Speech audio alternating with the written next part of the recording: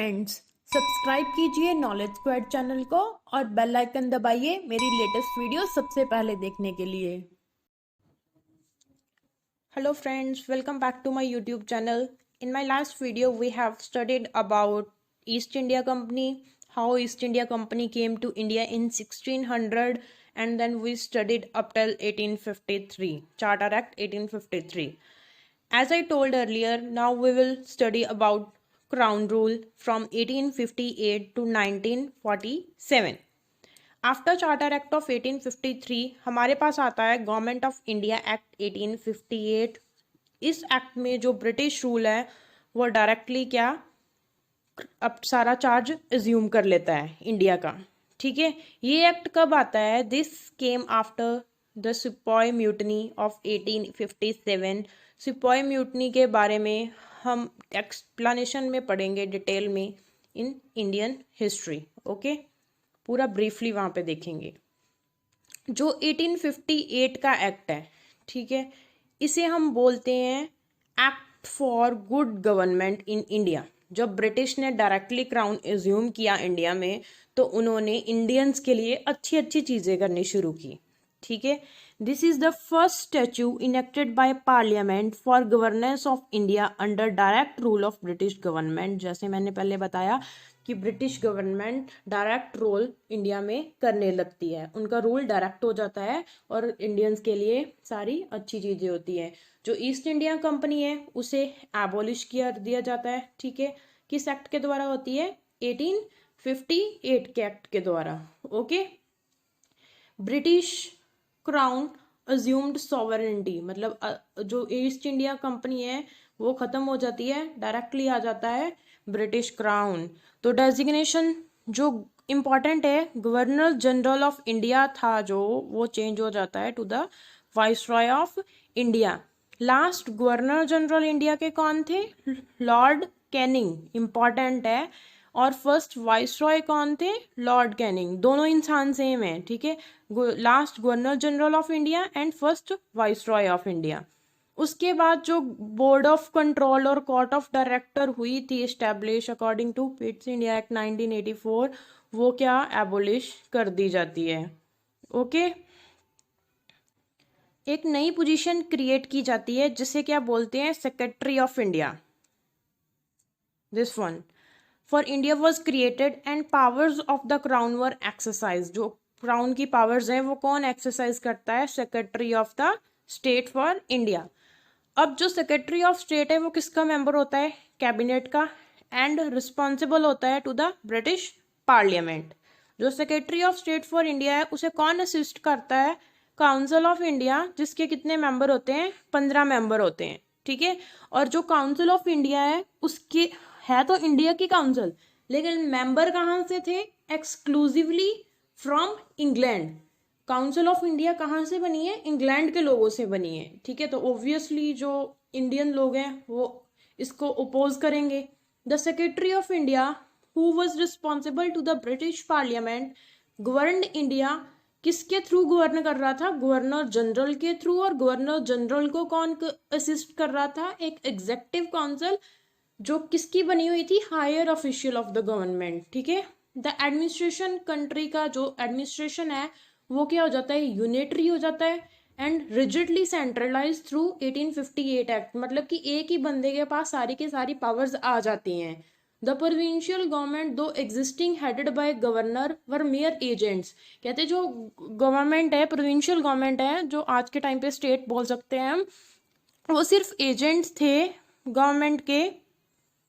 ठीक है, were mere agents and function under, function किसके अंडर करते थे? डायरेक्ट कंट्रोल था गवर्नर जनरल का। ठीक है, उसके बाद there was no separation of function, functions की कोई सेपरेशन नहीं रही, no separation of function. Legislative, executive, civil, military authority सारी की सारी किसके पास थी? Governor general in council of India. और वो किसको रिस्पॉन्सिबल था? सेक्रेटरी को। सारी पावर्स थी गवर्नर जनरल के पास। गवर्नर जनरल किसको रिस्पॉन्सिबल था? Secretary of India for state को। Secretary of India for state किसको रिस्पॉन्स करता था? ब्रिटिश गवर्नमेंट को। ठीक है, कंट्रोल जो सेक्रेटरी ऑफ स्टेट का था इंडिया पे, इंडियन एडमिनिस्ट्रेशन पे, वो क्या था? एब्सोल्यूट, मतलब कंप्लीट पूरा कंट्रोल किसका हो गया, secretary of state. The machinery of the administration was totally unconcerned. अब ये क्या चीज हो गई कि पूरी की पूरी सेंट्रलाइजेशन हो गई और गवर्नमेंट को इंडियन लोगों की कुछ नहीं पड़ी थी, लोगों की कोई ओपिनियन नहीं ली जाती थी। उसके बाद आता है इंडियन काउंसिल एक्ट ऑफ 1861। अब 1861 का जो एक्ट आता है उसमें कुछ नॉन ऑफिशियल मेंबर्स भी रखे गए। पहले क्या हायर गवर्नमेंट ऑफिशियल मेंबर्स रखे जाते थे काउंसिल में, अब कुछ नॉन ऑफिशियल मेंबर्स काउंसिल में आए, ठीक है, in the executive council while transacting. और वो कौन सा बिजनेस करते थे, सिर्फ लेजिस्लेटिव लॉ मेकिंग बिजनेस में कुछ उनकी एडवाइस वगैरह ले ली जाती थी, ठीक है। वाइसरॉय ऑफ इंडिया, जो वाइसरॉय था इंडिया का, वो कुछ इंडियंस को लेजिस्लेटिव काउंसिल में अपॉइंट कर सकता था, नॉमिनेट कर सकता था, sorry. The function nominated member का क्या फंक्शन था, exclusively to the consideration of legislative proposal placed it before it by the governor general. अब जो मेंबर्स तो नॉमिनेट होने शुरू हो गए, ठीक है, इंडिया से, बट कितनी पावर दी उन्हें, सिर्फ जो उनके सामने कोई भी प्रपोजल रखा है उस पर वो अपने विचार दे सकते हैं। जो गवर्नर जनरल ने उनके सामने प्रपोजल रखा, कॉन्सिडरेशन उन्हें दी, अपने से वो खुद कुछ भी नहीं कर सकते थे। Even in the provinces for initiating in the, कहता है अगर प्रोविंस में इनिशिएट करनी हो कोई भी लेजिस्लेशन तो किसका सैंक्शन चाहिए था, गवर्नर जनरल ऑफ इंडिया, जो कि अब वाइसरॉय हो गया है, ठीक है। वाइसरॉय का जो परमिशन है वो नेसेसरी थी, ठीक है, प्योर सैंक्शन। इन 1862, अब 1862 में जो लॉर्ड कैनिंग थे उन्होंने फर्स्टली किसे नॉमिनेट किया, राजा ऑफ बेनारस। राजा थे हमारे पास बेनारस के, महाराजा थे from Patiala, and sir Dinkar Rao, ठीक है, टू द लेजिस्लेटिव काउंसिल। जो ये एक्ट है, इन्होंने जो मद्रास और बॉम्बे की प्रेसिडेंसीज थी उनकी पावर को रिस्टोर कर दिया, जो पहले की जा चुकी थी। जो लेजिस्लेटिव काउंसिल है बंगाल की, इंपॉर्टेंट क्वेश्चन है, ठीक है, बंगाल की लेजिस्लेटिव काउंसिल कब क्रिएट हुई थी, 1862 में। नॉर्थ वेस्ट प्रोविंस की कब हुई थी, 1866 में। नॉर्थ वेस्ट प्रोविंस आज के टाइम पे पाकिस्तान में और खैबर पख्तूनवा इसे बोलते हैं। और पंजाब की कब क्रिएट हुई थी, 1897 में। इस एक्ट ने रिकग्नाइजेशन दी थी किसे, पोर्टफोलियो सिस्टम को। पोर्टफोलियो सिस्टम मतलब placing each member in charge of some specific department. जैसे डिपार्टमेंट की डिवीजन हो जाती है ना, हर मेंबर को एक स्पेसिफिक डिपार्टमेंट दे दिया जाता है, उसे क्या बोलते हैं, पोर्टफोलियो सिस्टम। जैसे आज के टाइम पे कितनी सारी मिनिस्ट्रीज क्रिएटेड हैं, ठीक है, अलग अलग डिपार्टमेंट में अलग अलग मिनिस्टर हैं, उसे बोलते हैं हम पोर्टफोलियो सिस्टम। लॉर्ड कैनिंग ने इंट्रोड्यूस किया था पोर्टफोलियो सिस्टम, कब किया था, 1859 में। This act also empowered viceroy to issue ordinance. ये जो वाइसरॉय को ऑर्डिनेंस की पावर भी देता है, ऑर्डिनेंस आज के टाइम तक भी चल रहा है, ठीक है। ऑर्डिनेंस को हम प्रेसिडेंट ऑफ इंडिया की जब चैप्टर करेंगे तब डिटेल में पढ़ेंगे, ठीक है। जब इमरजेंसी होती है तो कोई भी लोकसभा और राज्यसभा कोई भी डिसॉल्व हो जाते हैं तो तब जो प्रेसिडेंट है वो ऑर्डिनेंस पास कर सकता है, 6 मंथ तक ये चलता है, ठीक है। डिटेल में हम प्रेसिडेंट के चैप्टर में पढ़ेंगे। उसके बाद आता है Indian council act 1892। This act gave the legislative council power of discussing budget and addressing questions to the executive. यहाँ पे जो क्वेश्चन है बजट के वो डिस्कस होते हैं और एड्रेस कर सकते हैं एग्जीक्यूटिव को, ठीक है, सिर्फ क्वेश्चन के डिस्कशन है। This act also provided for nomination of some non official members to the legislative council by viceroy. Viceroy कुछ नॉमिनेट कर सकता है कुछ नॉन ऑफिशियल मेंबर्स को, ठीक है। नेक्स्ट आता है Indian council act of 1909, Morley Minto reforms. Important है, इसमें क्या होता है, मिंटो कौन है, viceroy, okay, Minto is the viceroy. Morley कौन है, सेक्रेटरी ऑफ द स्टेट। इस एक्ट ने क्या किया था, इंक्रीज किया था साइज लेजिस्लेटिव काउंसिल का bye including elected non official member, ठीक है। जो एलिमेंट था इलेक्शन का इंट्रोड्यूस किया गया था सेंट्रल लेजिस्लेटिव काउंसिल में, बट जो ऑफिशियल मेजॉरिटी थी उसे मेंटेन रखा गया। द मेंबर जो थे लेजिस्लेटिव काउंसिल के सिर्फ पहले क्वेश्चन को डिस्कस कर सकते थे, अब वो सप्लीमेंट्री क्वेश्चन भी पूछ सकते थे, अलॉड, ठीक है। Members were allot to move resolution, अब वो बजट के ऊपर रेजोल्यूशन मूव कर सकते थे और कोई भी मैटर जो कि पब्लिक इंटरेस्ट का हो, आर्म्ड फोर्सेस और फॉरेन अफेयर इंडियन स्टेट्स के मैटर पे वो कुछ नहीं कर सकते थे, लेकिन पब्लिक इंटरेस्ट के मैटर पे वो क्वेश्चन रेज कर सकते थे. This act provided the association of Indian with executive council of viceroy and governor. Okay, the first Indian to join viceroy executive council, पहले इंडियन कौन थे जिन्होंने वाइसरॉय की एग्जीक्यूटिव काउंसिल को ज्वाइन किया था? सत्येंद्र प्रसाद सिन्हा. जो एक्ट है 1909 का, उन्होंने क्या किया था? Communal representation for Muslim bye accepting concept of separate electoral. जो आज के टाइम पे हमारा हिंदुस्तान पाकिस्तान बना है, ठीक है, कम्युनल डिवीजन हुई है, इसके सीड्स कब स्टार्ट हुए थे? 1909 में, ठीक है. उस टाइम पे ये थिंकिंग डेवलप हुई. अंग्रेजों का तो यही था ना, डिवाइड एंड रूल, ठीक है. तब ये थिंकिंग डेवलप हुई, कर दी गई लोगों के माइंड में कि हम कम्युनल के बेसिस पे डिविजन्स क्रिएट कर सकते हैं. तो 1909 में ये स्टार्ट हुआ. Under the separate electorate Muslim were to be elected by Muslim voters. कहते हैं कि सेपरेट इलेक्टोरेट के अंदर क्या था कि जो मुस्लिम मेंबर थे उन्हें कौन इलेक्ट करेगा? Muslim voters. First time seeds of separatism were sown, ठीक है, पहली बार जो सेपरेटिज्म है उसके बीज बोए गए. 1909 ने क्या किया? लीगलाइज कर दिया कम्युनिज्म को.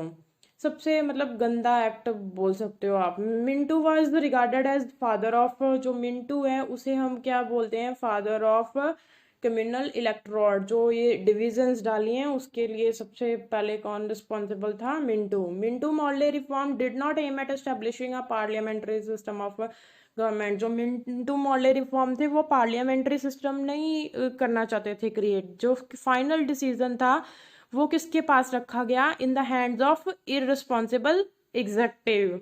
ओके, उसके बाद आता है गवर्नमेंट ऑफ इंडिया एक्ट 1919. इस एक्ट में क्या होता है?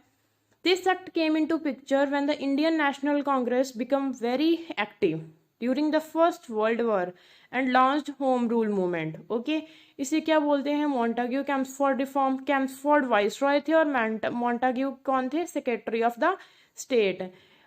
On August 20, 1970, British government made a declaration that the policy of His Majesty's government is that of increasing association of Indians in every branch of administration and gradual development of self-governing of institution with the view to progressive realization of responsible government in British India as integral part of a British Empire.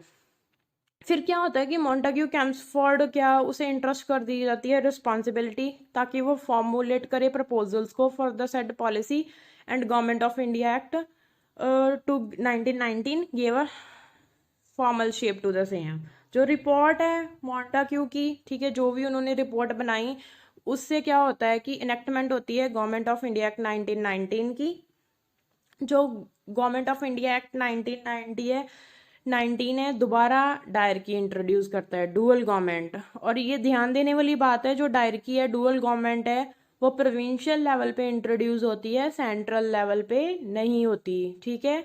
जो act है वो demarcate करता है central and provincial subject को, ठीक है. जैसे आज के टाइम पे स्टेट है, जो प्रोविंशियल सब्जेक्ट है वो फर्दर डिवाइड हो जाते हैं ट्रांसफर एंड रिजर्व सब्जेक्ट में. जो ट्रांसफर सब्जेक्ट है कौन से सब्जेक्ट थे? दो subject that are administrated by governor with aid of ministers and responsible to the legislative council in which proportion of elected members कितने थे? to the 70%, ठीक है. ट्रांसफर सब्जेक्ट गवर्नर एडमिनिस्ट्रेट करता था अपने मिनिस्टर्स की मदद के साथ. Hence foundation of responsible government. अब क्या है, रिस्पॉन्सिबल गवर्नमेंट आती है बट फिर भी एक नैरो स्फीयर में आती है, क्योंकि सब्जेक्ट्स डिवाइड किया था तो उनमें रिस्पॉन्सिबिलिटी डिवाइड कर दी गई थी ट्रांसफर सब्जेक्ट्स में. जो रिजर्व सब्जेक्ट हैं वो कौन एडमिनिस्ट्रेट करता था? रिजर्व सब्जेक्ट बाय गवर्नर और उसकी एग्जीक्यूटिव काउंसिल. और जो रिजर्व सब्जेक्ट है उसमें कोई रिस्पॉन्सिबिलिटी नहीं थी लेजिस्लेचर में, ठीक है, without any responsibility to the legislature. जो ट्रांसफर्ड सब्जेक्ट थे उसमें रिस्पॉन्सिबिलिटी थी लेजिस्लेचर के लिए. देखो, responsible to the legislative council. Am I clear? Okay. The source of revenue, जो सोर्स ऑफ रेवेन्यू था वो भी डिवाइड कर दिया गया था दो कैटेगरीज में, so that province could run the administration with aid of revenue raise by the province by themself, ठीक है. जो प्रोविंस है वो उसी से अपना काम चलाएगी, एडमिनिस्ट्रेशन चलाएगी जो प्रोविंस से उन्हें रेवेन्यू आ रहा है. प्रोविंशियल सब्जेक्ट को सेंट्रल सब्जेक्ट से अलग कर दिया गया था. ओके, उसके बाद कंट्रोल जो था गवर्नर जनरल का over province was retained by empowering the governor to reserve bill for consideration of governor general. अब गवर्नर जनरल का कंट्रोल प्रोविंस पे कैसे रखा गया कि जो भी बिल थे, ठीक है, कोई भी मनी रिलेटेड बिल होगा, जो भी बिल थे उन्हें गवर्नर जनरल की कंसिडरेशन के लिए रखा गया, मतलब उनसे साइन हो गया तो कोई बिल पास होगा। Through government of India 1919 by cameralism आता है, that is upper and lower house introduce होते हैं सेंटर में। अपर हाउस क्या था, काउंसिल ऑफ स्टेट बोलते थे उसे, जिसमें कितने मेंबर थे, 60 मेंबर थे, जिसमें 60 में से 34 कौन थे, इलेक्टेड थे। जो लोअर हाउस था उसे बोलते हैं लेजिस्लेटिव असेंबली, जिसमें 144 मेंबर्स थे और उसमें से 104 मेंबर्स कौन से थे, इलेक्टेड मेंबर्स थे। The powers of both the houses upper and lower house were equal, दोनों की पावर इक्वल थी, एक्सेप्ट जो पावर थी टू वोट, ठीक है, किसकी वोट, बजट पे वोट करनी, वो किसे दी गई थी, लोअर हाउस को। Okay, the concept of election, concept election का भी इंट्रोड्यूस किया गया इसमें। जो इंडियन लेजिस्लेटिव काउंसिल है कंसिस्ट ऑफ अपर हाउस, जिसे काउंसिल ऑफ स्टेट बोलते हैं, ठीक है, Indian legislative council upper house और लोअर हाउस की बनी थी, जिसे लेजिस्लेटिव असेंबली बोलते हैं। और जो मेजोरिटी मेंबर्स थे बोथ हाउसेस से कैसे इलेक्ट किए जाते थे, directly. 6 Indian, Christian, European and Anglo Indian. जो 1909 था उसने इंट्रोड्यूस किया था communal representation only for Muslims, ठीक है, सिर्फ मुस्लिम्स के लिए हुआ था, सारी कम्युनिटीज के लिए नहीं हुआ था, ये चीज याद रखनी है। 1909 सिर्फ मुस्लिम्स के लिए हुआ था और जो 1919 है उसमें एक्सटेंड हुआ था सिख, इंडियन, क्रिश्चियन, यूरोपियन और एंग्लो इंडियंस के लिए। इसी एक्ट के द्वारा एस्टेब्लिश किया गया था public service commission. Accordingly public service commission was set up for recruiting civil servants. जो एक्ट है 1919 का ऑल्सो प्रोवाइडेड फॉर सेपरेशन, किसकी सेपरेशन हुई थी, प्रोविंशियल बजट की फ्रॉम सेंट्रल बजट। प्रोविंस क्या है, एक smaller area, just like a present day state. Today we have 2 budgets in our country, कौन कौन सी हैं, central budget and state budget, and this started with 1919 act and even after the commencement of the constitution we continued with the same. Okay, जो 1919 के reforms हैं failed to fulfill the aspiration of people in India and this leads to Swaraj और self government agitation under the leadership of Mahatma Gandhi. उसके बाद 1927 में एक statutory commission appoint किया गया था under the chairmanship of Sir Simon to inquire into and report on working of 1919 act. जो Simon commission था अपॉइंट हुआ था ब्रिटिश गवर्नमेंट के द्वारा नवंबर 1927 में, 7 मेंबर का कमीशन था और जो चेयरमैन थे उसके वो थे सर जॉन साइमन। पर्पस क्या था कमीशन का, to report on condition of India under the new constitution government of India 1919। जो सारे के सारे मेंबर थे वो कौन थे, ब्रिटिश थे। Okay, hence all the parties boycotted the commission. अब ऑब्वियस सी बात है कि आप इंडिया पे रिपोर्ट दे रहे हो और सारे के सारे मेंबर ब्रिटिश ले रहे हो, इंडिया से कोई भी नहीं है, तो इंडियंस तो बाइकआउट करेंगे ही। तो तब स्लोगन्स लगाए गए थे, go Simon go. The Simon commission submitted the report, कब रिपोर्ट सबमिट की गई थी, 1930 में। साइमन कमीशन ने रिकमेंड किया था एबोलिशन ऑफ डायरकी, ठीक है, इस कमीशन ने वही अंग्रेजों की डिवाइड एंड रूल वाली पॉलिसी रिकमेंड किया, कॉन्टिन्यूएशन ऑफ कम्युनल इलेक्ट्रोड। और 3 ब्रिटिश गवर्नमेंट ने कन्वेन की थी 3 round table conference to consider the proposals of Simon commission. जो कॉन्फ्रेंस थी किस किस के द्वारा अटेंड की गई थी, representatives of British government, British India and Indian princely states, ठीक है। राउंड टेबल कॉन्फ्रेंसेस के बारे में हम हिस्ट्री में नेशनल मूवमेंट में पढ़ेंगे। जो 3 राउंड टेबल कॉन्फ्रेंस थी कब हुई थी, 1930 में से 1932 तक। महात्मा गांधी ने सिर्फ सेकेंड राउंड टेबल कॉन्फ्रेंस में ही पार्टिसिपेट किया था। ऑन बेसिस ऑफ डिस्कशन एक वाइट पेपर तैयार किया गया ऑन कॉन्स्टिट्यूशनल रिफॉर्म्स, ठीक है, और सेम डे ही वो जो सेम पेपर था पार्लियामेंट में सबमिट कर दिया गया। और जो रिकमेंडेशन थी साइमन कमीशन की वो इनकॉर्पोरेट कर दी गई 1935 के एक्ट में। अब उसके बाद आते हैं कम्युनल रिवॉर्ड अवार्ड्स 1932। 4 अगस्त 1932 को जो कम्युनल अवार्ड है अनाउंस करते हैं रामसे मैकडोनल्ड, तब ब्रिटिश प्राइम मिनिस्टर थे वो।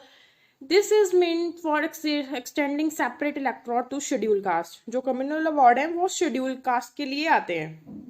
इनफैक्ट जो कंसेप्ट है सेपरेट इलेक्टोरेट का फॉर डिप्रेस क्लासेस वो भी रेज किया गया था डॉक्टर BR अम्बेडकर के द्वारा। प्रपोजल एक्सेप्ट कर लिया था ब्रिटिश ने एंड अनाउंस किए थे कम्युनल अवार्ड। गांधी ने अपोज किया था on the ground that this proposal would disintegrate the Hindu society. Mahatma Gandhi hunger strike पे चले गए थे जिवारदा जेल में पुणे में, ठीक है, against the separate electorate for schedule caste. उसके बाद आता है पूना पैक्ट ऑफ 1932। कहते हैं जब महात्मा गांधी हंगर स्ट्राइक पे जाते हैं तो जो डॉक्टर बी आर अम्बेडकर हैं उन पे बहुत प्रेशर पड़ जाता है ताकि वो महात्मा गांधी की लाइफ को सेव करे।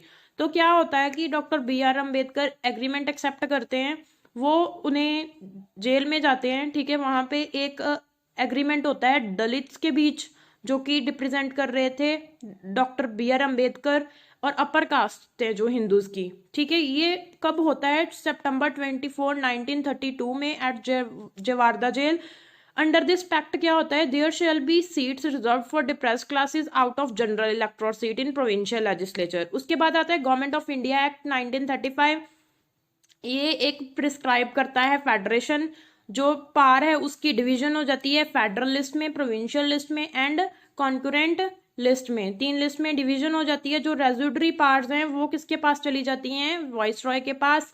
जो डायरेकी है वो एबोलिश हो जाती है प्रोविंसेस में। 1935 का एक्ट प्रोविंस में तो एबोलिश कर दी, सेंटर में एस्टेब्लिश कर दी, लेकिन ये ऑपरेशन में नहीं आई, ठीक है, सिर्फ एस्टेब्लिश हुई, प्रोवाइड की उन्होंने, सॉरी, बट ऑपरेशन में नहीं आई। Please note that the responsible government was introduce in province. Province में रिस्पॉन्सिबल गवर्नमेंट इंट्रोड्यूस हो जाती है। एग्जेक्टिव अथॉरिटी जो प्रोविंस की है वो भी किसके पास चली जाती है? गवर्नर के पास, on behalf of crown and not as a subordinate of a governor general. जो गवर्नमेंट ऑफ इंडिया 1935 है इंट्रोड्यूस करता है bicameralism. Upper and lower 2 houses बनते हैं। कितने प्रोविंसेस में? 6 प्रोविंसेस में out of 11 province. This was कौन कौन से 2 हाउस होते हैं? Legislative assembly and legislative council. 6 में होते हैं out of 11। In rest of the provinces was, जो रेस्ट प्रोविंसेस हैं, ठीक है, 6 का हो गया बाइकैमरलिज्म, यूनिकैमरलिज्म बचा 5 का, बाकी यूनिकैमरलिज्म हो गया, ठीक है। This extended separate electorate for depress class. अब किस किस के लिए एक्सटेंड करते हैं सेपरेट इलेक्टोरेट? डिप्रेस क्लास के लिए, यानी कि एससी, वोमेन के लिए और लेबर के लिए।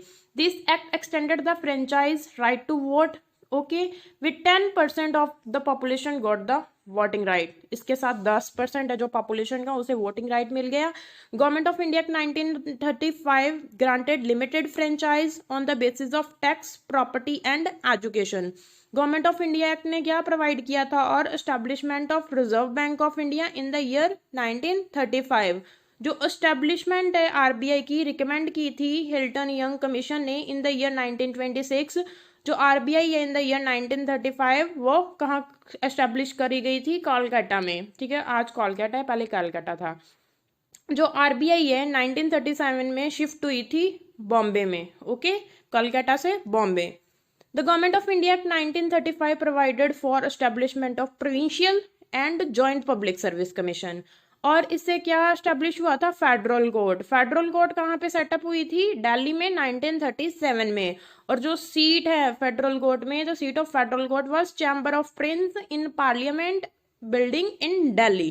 फर्स्ट चीफ जस्टिस कौन थे? मॉरिस गायर, फेडरल कोर्ट के।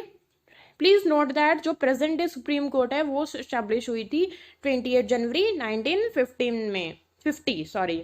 जो इंडियन इंडिपेंडेंस एक्ट है 1947 का, कहते हैं 20 फरवरी 1947 में जो प्राइम मिनिस्टर थे इंग्लैंड के सर क्लेमेंट एटले, उन्होंने डिक्लेयर किया कि ब्रिटिश रूल जो इंडिया में है वो एंड हो जाएगा 30 जून 1948 पे, ठीक है। तो मुस्लिम लीग क्या करती है? वो डिमांड कर देती है पार्टीशन की। 3 जून 1947 पे जो गवर्नमेंट ऑफ इंडिया है वो क्या बोलती है? The government announce that the constitution is not applicable to unwilling part of India, ठीक है। तब गवर्नमेंट जो थी इंडिया की वो क्या बोलती है? कॉन्स्टिट्यूशन एप्लीकेबल नहीं होगा जो फर्स्ट स्टेट्स विलिंग अनविलिंग है, ठीक है। लॉर्ड माउंटबेटन जो वाइस रॉय थे उन्होंने क्या पार्टीशन प्लान रखा सेम डे पे? इसे क्या बोलते हैं? Mountbatten plan. 3 जून का प्लान था। ये प्लान किसने एक्सेप्ट किया था? Both Congress and Muslim League. The Indian independence act of 1947 ended the British rule और डिक्लेयर किया इंडिया को as independent and sovereign state from August 15 1947। इस एक्ट ने प्रोवाइड की पार्टीशन, ठीक है, पार्टीशन हो गई इंडिया और पाकिस्तान की। The office of viceroy was एबोलिश्ड, जो वाइसरॉय का ऑफिस था उसे एबोलिश कर दिया गया, और जो provided for the governor general for each dominion India and Pakistan appointed by the king, ठीक है। वाइसरॉय का ऑफिस एबोलिश हो गया, गवर्नर जनरल प्रोवाइड किया गया इंडिया और पाकिस्तान के लिए। अपॉइंट किसने किया? किंग ने। This act empowered the constituent assembly to frame and adopt any constitution. अब दोनों डोमिनियन कोई भी कॉन्स्टिट्यूशन फ्रेम कर सकते थे और अडॉप्ट कर सकते थे। जो इंडिया का है वो लॉन्गेस्ट एंड रिटन कॉन्स्टिट्यूशन है in the whole world. The central legislature of India composed of legislative assembly, ठीक है, सेंट्रल लेजिस्लेचर किसका बना था? लेजिस्लेटिव असेंबली का। एंड काउंसिल ऑफ स्टेट जो थी वो सीज टू एग्जिट, वो खत्म हो गई 14 अगस्त 1947 पे। The Indian independence act granted freedom to the princely state, princely states को फ्रीडम दे दी गई, चाहे तो वो इंडिया ज्वाइन कर ले या पाकिस्तान ज्वाइन कर ले या इंडिपेंडेंट रह ले, ठीक है। The civil servants were allowed to entitle all the benefits. Lord Mountbatten पहले गवर्नर जनरल बने इंडिपेंडेंट इंडिया के। जवाहरलाल नेहरू पीएम बने, ठीक है। स्वॉर्न किसने करवाया था? By lord Mountbatten. और मोहम्मद अली जिन्ना बने first governor general of Pakistan. This is all about your historical background of Indian Constitution. If you do have any doubts in this topic, please do post in the comment section. And if you like the video, please hit the like and subscribe button. Thank you.